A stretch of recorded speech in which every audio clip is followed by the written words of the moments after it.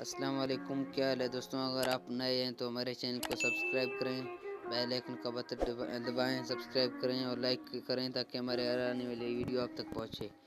दोस्तों मैं आज आपको बताने वाला हूं कि टेक प्रॉफिट किस तरह लगाता है। एक हद तक जो लिमिट जाता है उधर आप लोगों का एक वो TPO ओपन हो जाए, मतलब कि एक लॉट्स ओपन हो जाए। उसके बारे में मैं आज आपको बताऊंगा कि किस तरह लॉट लगाना है और किधर लगाना है और किस तरह से लगाना है।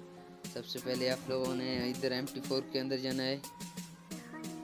इधर मेरा पैसे पहले से BTC लगा हुआ था, पहले मैंने वो क्लोज किया है।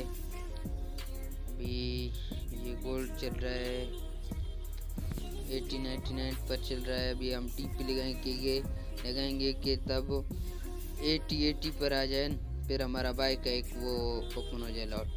सबसे पहले आप लोगों ने इधर बाय लगाना है, बाय लिमिट करना है, फिर इधर प्राइस लगाना है, ठीक है ना। 8099 है, इसको 80 करो सिर्फ।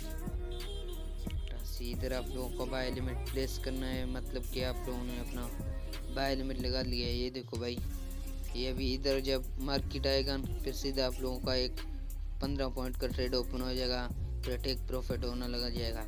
शुक्रिया दोस्तों, अगर आपको हमारा वीडियो पसंद आए तो लाइक भी करें और आगे भी शेयर करें।